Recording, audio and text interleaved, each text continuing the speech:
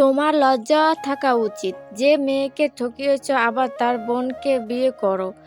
তোমার বাবা মাকে দেখে তো মনে হয় ভদ্রলোক, কিন্তু ছেলেকে ঠিক করে শিক্ষা দিতে পারেনি। এসব কি বলছেন? এই ছেলের সাথে ইবার সম্পর্ক ছিল। মীরার মা: হ্যাঁ, ইবা আমাদের কাছ থেকে কখনো কোনো কিছু লুকাইয়া রাখেনি। ওদের সম্পর্কের কথা জানানোর পর আমি খোঁজখবর নিই, সব ভালো শুনি, তারপর বিয়ের ব্যাপারে কথা বলার জন্য পরিবারের কাছে যাব। তখন ইবা জানায় ও নীলকে বিয়ে করবে না। এখন বিয়ে না করার কারণ বুঝলাম। তোমার মতো ছেলেকে বিয়ে না করে ভালোই করেছে। নীলের বাবা মা আমার বাবা মার কথা শুনে মাথা নিচু করে দাঁড়িয়ে আছে। ছি ছি, তোমাকে আমার মেয়ের জামাই ভাবতে লজ্জা লাগে। মীরার বাবা: আঙ্কেল, যা হওয়ার হয়ে গেছে, এখন ওদের বিয়ে মেনে নেন, ওরা সুখী হবে। আবির: অসম্ভব, এই ছেলে ইবার ভালোবাসার মূল্য দেয়নি, ও কি করে সংসারের মূল্য দিবে? মীরার বাবা: নীলের অতীত ইবা, বর্তমান মীরা। অতীতের কথা ভেবে বর্তমান নষ্ট করা ঠিক না। আর হ্যাঁ, এখন ইবার বিয়ে হয়ে গেছে, ও কিন্তু নীলের জন্য বসে থাকেনি। তাহলে নীল বিয়ে করলে ক্ষতি কি? মীরা: সব কিছু মেনে নিয়ে সংসার করলে আপনাদের সমস্যা থাকার কথা না। আবির: নীলের সাথে আমার সম্পর্কের কথা মীরা জানার পরেও কিছু বলছে না কেন? খুব স্বাভাবিক হয়ে আছে কেন? আমি মীরার পাশে গিয়ে দাঁড়িয়ে বললাম, আমার সাথে একটু এদিকে আয়। কেন? আগে আয়, তারপর বলছি। মীরাকে আমার রুমে এনে জিজ্ঞাসা করলাম, নীলের সাথে কি তুই সংসার করতে চাস? হ্যাঁ, চাই। ওকে, আমি ভালোবাসি তো। আমার সাথে নীলের সম্পর্ক ছিল, সেটা তোকে বলে তোদের মধ্যে কোনো ঝামেলা করতে চাইনি। আমি জানতাম না বাবা মাও আজ আসবে, নয়তো কখনো কেউ জানতো না আমাদের সম্পর্কের কথা। কিন্তু তুই বিশ্বাস কর, নীল তোকে সত্যি ভালোবাসে। আমি তো আগে থেকে জানতাম তোদের সম্পর্কের কথা। কিন্তু তুই আগে থেকে জানিস না মানে? ওই আর কি। মীরা, তুই সত্যি কথা বল, আমাদের সম্পর্কে কথা জানিস? হ্যাঁ হ্যাঁ, জানতাম তোর সাথে নীলের সম্পর্ক ছিল। নীলকে একদিন কলেজে দেখেছি, তারপর থেকে ওকে আমার ভালো লাগতে শুরু করে। তখন মনে মনে ঠিক করি, যেভাবে হোক নীলকে আমার করে ছাড়বো, কিন্তু ও কিছুতে আমার সাথে সম্পর্কে রাজি হচ্ছে না। তখন আমি সুইসাইড করতে যাই, আর ও রাজি হয়। কিন্তু সম্পর্কের কিছুদিনের মধ্যে বাবা আমার বিয়ে ঠিক করে। পুরো কথা শোনার আগে মীরার গালে ঠাস ঠাস করে থাপ্পড় দিলাম, সাথে এটাও বললাম, তুই কোনোদিন আমার সামনে আসবি না। শুধু শুধু নীলকে সবাই খারাপ ভাবছে, এটা হতে দেওয়া যাবে না। তাই মীরাকে নিয়ে ড্রয়িং রুমে সবার সামনে গিয়ে বললাম, নীলের কোনো দোষ নেই।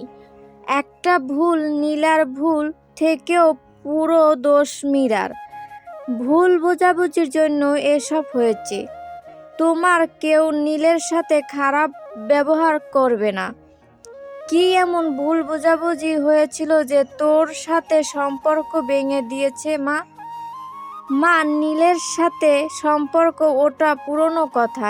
এখন আমার সংসার হয়েছে, দুটো বাচ্চা আছে, সব মিলিয়ে আমি খুব সুখী আছি। আঙ্কেল আন্টি, আপনারা ওদের বিয়ে মেনে নেন। মীরা আপনাদের বাড়ির খুব ভালো বউ হবে। আমি আমার ছেলের হয়ে সবার কাছে ক্ষমা চাচ্ছি। ও যে দোষ করেছে। নীলের বাবা: ব্যাস, আর কিছু বলতে হবে না। কারো কোনো দোষ নেই, সব ভাগ্যের দোষ। আচ্ছা, তোর কথা মেনে নিয়ে ওদের বিয়ে মেনে নিলাম। মীরার বাবা: সবাই চলে যাচ্ছে, তখন নীল আমাকে ডেকেছিল, কিন্তু আমি কথা না বলে নিজের রুমে এসে খুব কাঁদলাম। কেন মীরা আমার ভালোবাসার মানুষকে কেড়ে নিল? ওর কি ক্ষতি করেছিলাম? এমন করলো কেন? মীরার কথাগুলো কানে বাজতে থাকে। খুব কষ্ট হচ্ছে, নিজের আপন মানুষ এভাবে ঠকালো। আমার কাঁধে কারো হাত রাখার অনুভূতি পেয়ে পিছনের দিকে তাকিয়ে দেখলাম আবির। যা হবার হয়ে গেছে, এখন থেকে তুমি নতুন জীবন শুরু করবে, 2 মেয়ের মা, সেটা ভুলে যেও না। আবির কথাটা বলে মিষ্টি তিসিকে আমার কোলে দিয়ে চলে গেল। আমি মেয়েদের কপালে চুমু দিয়ে আমার বুকের সাথে জাপটে ধরলাম। একটার পর একটা সিগারেট টেনে কি নিজেকে মহাপুরুষ মনে করেন? ঘরে 2টি বাচ্চা আছে, সেদিকে কোনো খেয়াল নেই। আবির বারান্দায় দাঁড়িয়ে সিগারেট টেনে যাচ্ছে আর শুনে পিছনে ঘুরে তাকাতে ওর হাত থেকে সিগারেট ফেলে দিলাম। তুমি এটা কি করলে? এখন এত রাতে সিগারেট কোথায় পাবো? আর মাত্র একটা সিগারেট আছে। যা করেছি বেশ করেছি, এখন রুমে গিয়ে ঘুমান। মুডটাই খারাপ করে দিল। আপনার মুড ভালো থাকে নাকি? সবসময় তো গোমরা মুখ নিয়ে ঘুরে বেড়ান। যত সিগারেটের ধোঁয়া উড়িয়ে ঐশীকে ভুলে থাকি ততক্ষণ আমার ভালো লাগে। সত্যি কি ভুলে থাকা যায়? সারা দিনে ভুলে থাকলেও দিন শেষে তাকে মনে পড়বেই। কেন এমন হয়? নিয়তির খেলা, বড্ড নিষ্ঠুর নিয়তি, আপনজনকেও চিনিয়ে দেয়। শোনো, বলেন, চিঠিটা পড়ো। মুখে বলেই তো পড়েন, আবার চিঠি লেখার কি দরকার ছিল? বেশি কথা বলো না। বারান্দার লাইট অন করে চেয়ারে বসে চিঠিটা পড়া শুরু করলাম। ইবা, আমি জানি না কি করে বললে তুমি আমাকে ক্ষমা করবে, তবুও প্রথমে বলছি, আমাকে ক্ষমা করে দাও। আমি চেয়েছিলাম তোমাকে মীরার ব্যাপারে বলতে, কিন্তু অনেক দেরি হয়ে যায়।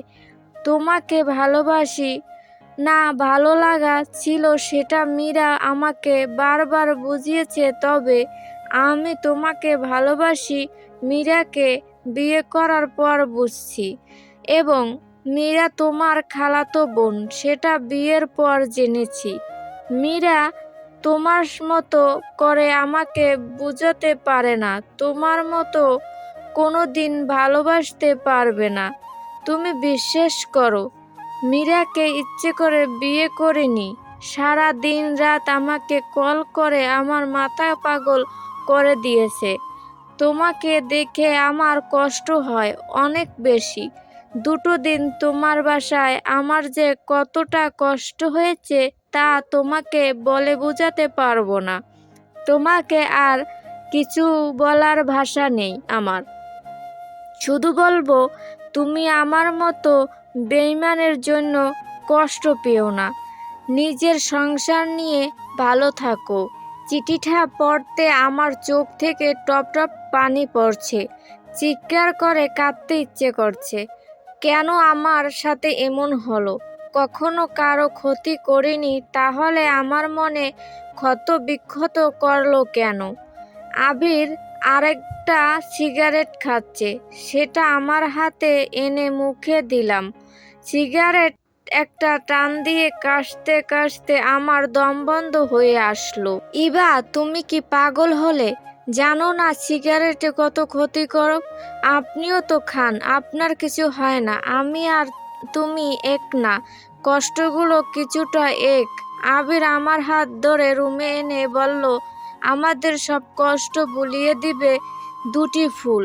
আমি তো ভুলেই গিয়েছিলাম আমি মা। সন্তানদের জন্য মায়েদের সব কষ্ট ভুলে থাকতে হয়। আমি আর কারো জন্য কষ্ট পাবো না। চোখের পানি মুছে রান্নাঘরে গিয়ে দুধ হালকা গরম করে ফিটারে ভরে রুমে আসতেই আবির আমাকে দেখে হাসছে। আপনি হাসছেন কেন? রাত 2টো বাজে, এখন ওদের জন্য দুধ গরম করে এনেছো, কিন্তু ওরা তো ঘুমাচ্ছে। ওদের ক্ষুধা লেগেছে। মায়েরা জানে কখন সন্তানদের খিদে পায়, বুঝছেন? এতে হাসি পাওয়ার কিছু হয়নি। তাই বুঝি? দেখি ওদের খিদা লেগেছে নাকি। মিষ্টি তিশার মুখের ফিটার ধরতে ওরা দিব্য দুধ খাচ্ছে। আবির এক কুঁচকে তাকিয়ে আছে। আমি ওনাকে বললাম, দেখলেন তো, মায়েরা বুঝতে পারে কখন সন্তানের খিদে পায়। সাথে এটাও বুঝলাম যে তুমি অনেক ভালো। আচ্ছা, আপনি ঘুমান, সকালে অফিসে যেতে হবে। বাচ্চাদের খাইয়ে দিয়ে আমিও ঘুমালাম। রাতে প্রচণ্ড গরম লেগেছে, অস্থির লাগছে, তাই সকাল সকাল গোসল করেছি। ড্রেসিং টেবিলের সামনে দাঁড়িয়ে শাড়ির কুচি ঠিক করি, তখন আবির ফ্রেশ হয়ে রুমে এসে আমাকে দেখা মাত্র গালে ঠাস ঠাস করে থাপ্পড় লাগিয়ে দিয়ে শাড়ির আঁচল ঘাড় ফেলে দিল।